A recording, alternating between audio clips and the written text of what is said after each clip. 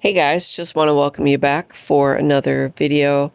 I'm going to keep the voiceover part here as short as possible and then do the tip over to music thing that I usually do, but I thought I would share this idea of turning leftover paper scraps into like little notelet tags, but I also made them like mixed media tags.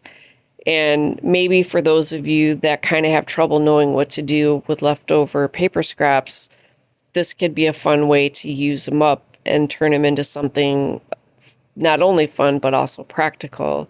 You know, gift tags that you could use for friends and family, or you could gift them to friends and family to use. But either way, I thought it would be fun to share the process. And basically, I did what I would do for like an art journal page. So coming in with the fake flowers and embellishments, paint splatters, things like that. You know, you could use basically whatever you have around your desk, but again, it was just to share the idea for those of you that maybe struggle with how to use up the papers, and then making stuff like this would keep you from drowning in the paper scraps, because it's amazing how quickly they pile up. So hope you have fun. Hopefully this little quick inspiration project helps and gives you a way to use up what might be sitting around in your craft room. I will link all of Dawn's information down below, so check that out if you have not yet done so. That will be links to her online shop as well as her channel. And keep checking back, because I do have a few more projects I'm going to be rolling out with. And I do not have a whole lot left in this kit already.